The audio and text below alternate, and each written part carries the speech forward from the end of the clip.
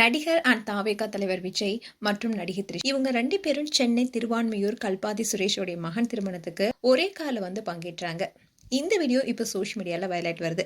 இப்படி இருக்க சூழல்ல தான் த்ரிஷாவை பலரும் திட்டிட்டு வராங்க. இதுக்கு பதிலடி கொடுக்கும் விதமா த்ரிஷா தரப்புல பல விஷயங்கள் குறித்து இப்போ ஓப்பனா பேசியிருக்காங்க. அந்த விஷயம் தான் இப்போ பேசும் பொருளா இருக்கு. ரீசெண்டா விஜயோடைய மனைவி சங்கீதா விவாகரத்து கோரி நீதிமன்றத்துல மனு தாக்கல் செஞ்சிருந்தாங்க.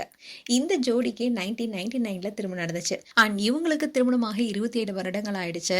இப்படி இருக்க சூழல்ல தான் விஜய் நடிகையுடன் திருமணத்தை தாண்டிய உறவுல இருந்ததாகவும் தன்னை அலட்சியப்படுத்தியதாகவும் விவாகரத்து மனுவில் சங்கீதா சொல்லியிருந்தாங்க. அதோட விஜயுடைய சமூக அந்தஸ்து வருமானத்துக்கு ஏற்ற மாதிரி எனக்கு நிரந்தர ஜீவனாம்சம் பெற்றுத்தரணும்னு அந்த மனுவில் சொல்லியிருந்தாங்க சங்கீதா. இதை பார்த்த பலருமே அந்த நடிகை யாரும் இல்ல த்ரிஷான்னு சொல்லிட்டு வந்தாங்க.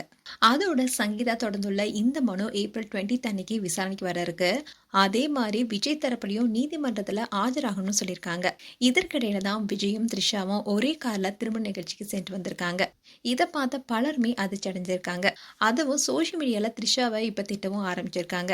விஜய் அண்ணனுடைய வாழ்க்கையை இப்படி கெடுத்துட்டு என்ன திட்டிட்டு வராங்க. இந்நிலைதான் இந்த விஷயம் குறித்து த்ரிஷா தரப்புல பல விஷயங்களை சொல்லியிருக்காங்க.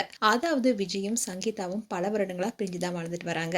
அந்த சமயத்துல தான் நாங்க 2 பேரும் ரிலேஷன்ஷிப்ல இருந்தோம். இப்படி இருக்க சொல்லதான் இப்போ சங்கீதா விவாகரத்து வழக்கம் தொடர்ந்திருக்காங்க. இதனால விஜய் அண்ட் சங்கீதாவுக்கு கூடி விரைவில் விவாகரத்து கிடைக்க போகுது. இப்படி இருக்க சொல்லதான் நாங்க 2 பேரும் வெளியே ஒன்னா வந்திருக்கோம். சோ இத தப்பா யாரும் பேசாதீங்க. ஏற்கனவே சங்கீதா அவங்களுடைய விவாகரத்து மனுல பல விஷயங்களை சொல்லியிருக்காங்க. இதனால சோஷியல் மீடியால பலரும் என்ன பல விதமா திட்டிட்டு தான் வராங்க.